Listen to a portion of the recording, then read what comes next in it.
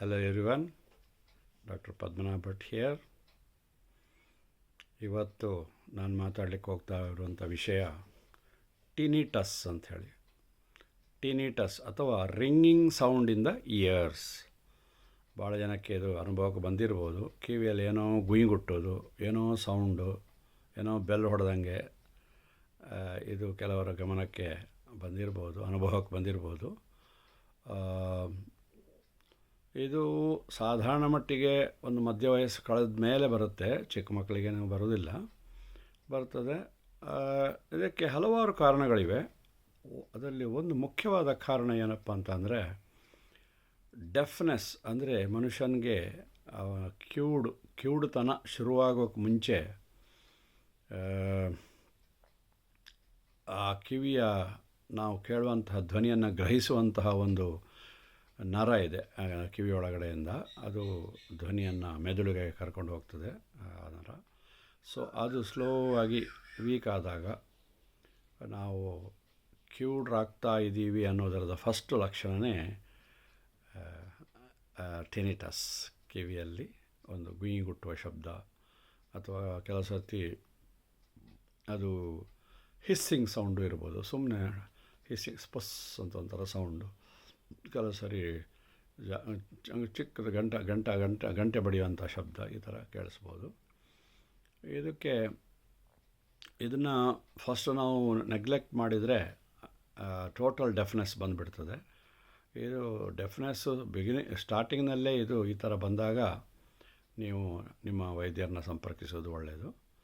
ಮತ್ತು ಇದರಲ್ಲಿ ಇದು ಬೇರೆ ಕಾರಣಗಳಿಗೂ ಬರ್ತದೆ. ಉದಾಹರಣೆಗೆ ತುಂಬ ಲೌಡ್ ನಾಯ್ಸ್, ಸಿಕ್ಕಾಪಟ್ಟೆ ಶಬ್ದ. ಕೆಲವರಿಗೆ ಮನೆ ಪಕ್ಕದಲ್ಲಿ ದೇವಸ್ಥಾನ ಇದೋ, ಯಾವಾಗ ಲೌಡ್ ಸ್ಪೀಕರು, ಮ್ಯೂಸಿಕ್ಕು, ಅದು ಇದು ಅಂತ. ಅಥವಾ ಪಕ್ಕದ ಮನೆಯಲ್ಲಿ ಸಿಕ್ಕಾಪಟ್ಟೆ ಗಲಾಟೆಗಳು ಯಾವಾಗಲೂ.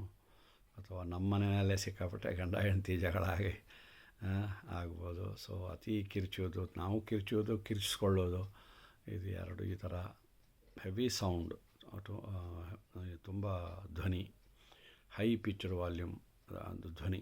ಅದು ಕೇಳಿ ಕಿವಿಗೆ ಸ್ವಲ್ಪ ಅದು ಕಿವಿಯ ಇನ್ನರ್ ಇಯರ್ನಲ್ಲಿ ಸ್ಮಾಲ್ ಹೇರ್ ಇರ್ತದೆ. ಅವೆಲ್ಲ they all help in conducting the sound. So from outside to inside tympanic membrane ತನಕ ತಗೊಂಡು ಹೋಗೋದು ಅವೇ. ಟಿಂಪ್ಯಾನಿಕ್ ಮೆಮ್ಬ್ರೇನಲ್ಲಿ ಆಮೇಲೆ ಅದೇ ಶಬ್ದ ಉತ್ಪತ್ತಿ ಆಗೋದು, ನಾರ್ಮಲಾಗಿ ನಾವು ಮಾತಾಡುವಾಗ ಕೇಳಿಸ್ಕೊಳ್ಳೋದು. ಸೊ ಈ ಥರ ಹಲವಾರು ಡ್ಯಾಮೇಜ್ಗಳು. ಆಮೇಲೆ ಇನ್ಫೆಕ್ಷನ್ಗಳು, ಮಿಡ್ಲ್ ಇಯರ್ ಇನ್ಫೆಕ್ಷನ್ಸು ಪಾಸಿಬಿಲಿಟಿ ಇದೆ. ಈ ಥರ ಕಿವಿಯಲ್ಲಿ ಸೌಂಡ್ ಬರುವಂಥದ್ದು. Mechanical injury. ಆಮೇಲೆ ಯಾರಾದರೂ ಜೋರಾಗಿ ದವಡೆಗೆ ಕಿವಿಯ ಹತ್ರ ಚೆನ್ನಾಗಿ ಬಾರಿಸ್ಬಿಟ್ರೆ ತಲೆ ಸುತ್ತು ಬರೋದು ಅಲ್ಲದೆ ಗುಯ್ ಅಂತೇಳಿ ಕಿವಿಯಲ್ಲಿ ಕಾನ್ಸ್ಟೆಂಟಾಗಿ ಬರ್ತಾನೆ ಇರ್ಬೋದು. ಸೊ ಮೆಕ್ಯಾನಿಕಲ್ ಇಂಜುರಿ ಅದು ಒಂದು ಪಾಸಿಬಿಲಿಟಿ ಇದೆ. ಸೊ ಹೀಗೆ ಹಲವಾರು ಕಾರಣಗಳಿಂದಾಗಿ ರಿಂಗಿಂಗ್ ಸೌಂಡ್ ಬರ್ತದೆ. ನೀವು ನಿಮಗೆ ಅದು ಗೊತ್ತಾದ ತಕ್ಷಣ ನೀವು ನಿಮ್ಮ ಕುಟುಂಬ ಫ್ಯಾಮಿಲಿ ಡಾಕ್ಟ್ರ್ ಹತ್ರ ಅಥವಾ ಡೈರೆಕ್ಟಾಗಿ ENT ಡಾಕ್ಟ್ರ್ ಹತ್ರ ಹೋಗಿ ಕನ್ಸಲ್ಟ್ ಮಾಡಿ. ಅದಕ್ಕೆ ಡೆಫ್ನೆಸ್ಸು ಬರ್ತಾಯಿದೆ ಅಂತಂದರೆ ಸೌಂಡ್, ಇದು ಬೇರೆ ಏನು ದೊಡ್ಡ ಉಪಾಯ ಏನಿಲ್ಲ. ಇದು ಹಿಯರಿಂಗ್ ಏಡ್ಸ್ ಹಾಕ್ಕೊಳ್ಳಿಕ್ಕೆ ನಾಚಿಕೆ ಪಟ್ಕೊಳ್ಳೋದೆ. ಇವಾಗೆಲ್ಲ ಹೊಸ ಆಧುನಿಕ ಹಿಯರಿಂಗ್ ಏಡ್ಸ್ ಬಂದಿವೆ. ಅದನ್ನು ಯೂಸ್ ಮಾಡಿ ಆ ಡೆಫ್ನೆಸ್ಸನ್ನು ಫಸ್ಟು ನಿವಾರಣೆ ಮಾಡಿಕೊಳ್ಳಿ. ಡೆಫ್ನೆಸ್ಸು ಬರುವುದರ ಸೂಚನೆ ಇದು ಅಂತ ನಾನು ಹೇಳಿದೆ. ಸೊ ಡೆಫ್ನೆಸ್ಸು ಬರದಂಗೆ ಅಥವಾ ಡೆಫ್ನೆಸ್ ಇದ್ದರೆ ಅದಕ್ಕೆ ಟ್ರೀಟ್ಮೆಂಟ್ ಕೊಡೋದು. ಆಮೇಲೆ ಲೋಕಲ್ ಇನ್ಫೆಕ್ಷನ್ಸ್ ಕಿವಿಯಲ್ಲಿ ಏನಾದರೂ ಇದ್ದರೆ ಡಾಕ್ಟ್ರು ಆ್ಯಂಟಿಬಯೋಟಿಕ್ಸ್ ಎಲ್ಲ ಕೊಡ್ತಾರೆ. ಸೊ ಅದನ್ನು ಮಾಡ್ಬೋದು. ಯಾವುದೇ ಕಾರಣಕ್ಕೆ ಅದನ್ನು ಕೇರ್ಲೆಸ್ ಮಾಡಬೇಡಿ. ಯಾಕೆಂದರೆ ಪರ್ಮನೆಂಟ್ ಡೆಫ್ನೆಸ್ ಆಗುತ್ತೆ. ಪರ್ಮನೆಂಟ್ ಡೆಫ್ನೆಸ್ ಆದಮೇಲೆ ನೀವು ಮಾಮೂಲಿಯಾಗಿ ಅಂತ ಬಾರಿ ಕೇಳೋದಕ್ಕಿಂತಲೂ ನ್ಯೂಸೆನ್ಸ್ ಅಂದರೆ ನಿಮ್ಮ ಹತ್ರ ಮಾತಾಡುವವರು ಬೇಜಾರು ಪಡ್ಕೊಳ್ತಾರೆ, ಅಯ್ಯೋ ಇವನಿಗೆ ಕಿರ್ಚಬೇಕು, ಎಷ್ಟು ಕಿರ್ಚಿದ್ರು ಕೇಳಲ್ಲ ಇವನಿಗೆ ಅಂತ ಹೇಳಿಬಿಟ್ಟು. So it's A social nuisance actually. ನಾವು ಇದಕ್ಕಿಂತ ಜಾಸ್ತಿ ಸೋಷಲ್ ನ್ಯೂಸೆನ್ಸ್ ಅಂತ ಲೆಕ್ಕದಲ್ಲಿ ತಗೊಳ್ಬೇಕಾಗ್ತದೆ. ಸೊ ಹೀಗೆ ಟಿನಿಟಸ್ ಅಥವಾ ringing sound in the years. ಬೇರೆ ಯಾವ ಥರ ಇದನ್ನು ಇದು ಮಾಡ್ಬೋದು ಅಂತಂದರೆ, ಹಿಯರಿಂಗ್ ಏಡ್ ಬಳಸೋಕೆ ಮುಂಚೆ ಕೆಲವು ಬೇರೆ ಉಪಾಯಗಳು ಮಾಡ್ಬೋದು. ನೀವು ಕೂತ್ಕೊಂಡಿರುವಾಗ ಅದು ಲೈಟಾಗಿ ಮ್ಯೂಸಿಕ್ ಹಾಕ್ಕೊಂಡು ಆ ಮ್ಯೂಸಿಕ್ ಕೇಳ್ತಾ ಇರೋದು. ಸೊ ಅದು ಇದನ್ನು ಮಾಸ್ಕ್ ಮಾಡುತ್ತೆ, ಈ ಟಿನಿಟಸ್ಸನ್ನು. Light music. ಮತ್ತೊಂದು ಈಗ ನಾನು ನನ್ನ ಅನುಭವಕ್ಕೆ ಬಂದಿರೋದಂದರೆ, ಈ ಮೊಬೈಲಲ್ಲಿ ಮಾತಾಡುವಾಗ ಕಿವಿಯಲ್ಲಿ ಹಾಕ್ಕೊಂಡಿರ್ತಾರಲ್ವ, ಇಂಥವರಿಗೆ ಇದು ಜಾಸ್ತಿ ಬರ್ತದೆ. ಕಾನ್ಸ್ಟೆಂಟಲ್ಲಿ ಇದು ಮಾತಿನ ವೈಬ್ರೇಷನ್ಸ್ ಹೋಗಿ ಹೋಗಿ ಹೋಗಿ ಒಳಗಡೆ ಖಂಡಿತ ಡೆಫ್ನೆಸ್ ಬರುತ್ತೆ ಅವರಿಗೆ. ಈಗ ಇದು ಹಾಕ್ಕೊಳ್ತಾರೆ, ಆಮೇಲೆ ಹಿಯರಿಂಗ್ ಏಡ್ ಹಾಕ್ಕೊಳ್ಬೇಕಾಗ್ತದೆ. ಸೊ ಅದು ಒಂದು ಕಾರಣ ಅಂತ ನನ್ನ ಗಮನಕ್ಕೆ ಬಂದಿದೆ. ಅದನ್ನು ಆದಷ್ಟು ಅವಾಯ್ಡ್ ಮಾಡಿ.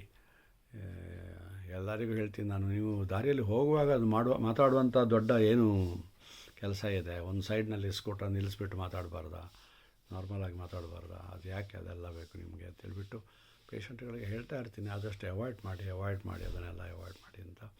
ಇನ್ನೊಂದು ಏನಂದರೆ, ಈ ಜನರಲ್ಲಾಗಿ ನಮಗೆ ಆಧುನಿಕತೆ ಜಾಸ್ತಿ ಆದ ಹಾಗೆ, ಉಪಕರಣಗಳು ಜಾಸ್ತಿ ಆದ ಹಾಗೆ ನಮಗೆ ಅದರ ಸೈಡ್ ಎಫೆಕ್ಟ್ಗಳು ಕಾಣಿಸ್ಕೊಳ್ತಾ ಇವೆ. ಇದು ನಾನು ಕಂಡುಕೊಂಡಿರುವಂಥ ಒಂದು ವಿಷಯ. ಸುಖ ಸಂತೋಷ ಎಲ್ಲ ಅದರ ಜೊತೆ ಅದರಿಂದ ಬರುವಂಥ ಕಷ್ಟಗಳು, ಸೈಡ್ ಎಫೆಕ್ಟ್ಗಳು ತುಂಬ ಇದೆ. ಸೊ ಯಾವುದನ್ನೇ ಆಗಲಿ ಒಂದು ಹಿತಮಿತವಾಗಿ ಬಳಸಿದರೆ ಈ ಥರ ಆಗೋದಿಲ್ಲ. ಮತ್ತು ಇನ್ನೊಂದು ಏನು ಅಂತ ಅಂದರೆ, ಕಿವಿಗೆ ಈ ಥರ ಸೌಂಡ್ ಬಂದಾಗ ಕಿವಿಗೆ ಏನಾದರೂ ಕಡ್ಡಿ ಗಿಡ್ಡಿ ಹಾಕಿ ಅದನ್ನು ಸರಿ ಮಾಡಲಿಕ್ಕೆ ಆಗುತ್ತಾ ನೋಡೋದು, ಇವೆಲ್ಲ ದಯವಿಟ್ಟು ಮಾಡಬೇಡಿ. ನೀವು ಆ ಥರ ಮಾಡಿದಾಗ ಕಿವಿಯ ಪರದೆ, ಟಿಂಪ್ಯಾನಿಕ್ ಮೆಂಬ್ರೇನ್, ಅದನ್ನೇ ಡ್ಯಾಮೇಜ್ ಮಾಡುವಂತಹ ಚಾನ್ಸಸ್ ಇದೆ. ಆಮೇಲೆ ಡೆಫ್ನೆಸ್ ಪರ್ಮನೆಂಟ್ ಆಗಿಬಿಡುತ್ತೆ, ಏನೂ ಮಾಡೋಕ್ಕಾಗಲ್ಲ. ಟಿಂಪ್ಯಾನಿಕ್ ಮೆಂಬ್ರೇನ್ ಇಂಟ್ಯಾಕ್ಟ್ ಆಗಿದ್ದಷ್ಟು ದಿವಸ ಸ್ವಲ್ಪ ಆದರೂ ಕೇಳಿಸುತ್ತೆ, ಅದನ್ನೇ ನೀವು ಡ್ಯಾಮೇಜ್ ಮಾಡಿದರೆ. ಆಮೇಲೆ ಕಾಲಕ್ಕೆ ಕಿವಿಯೊಳಗಿರೋ ವ್ಯಾಕ್ಸು, ಕೊಳೆ, ಅದನ್ನು ತೆಗಿಬೇಕು. ಅದಕ್ಕೆ ಡ್ರಾಪ್ಸ್ ಬರ್ತದೆ.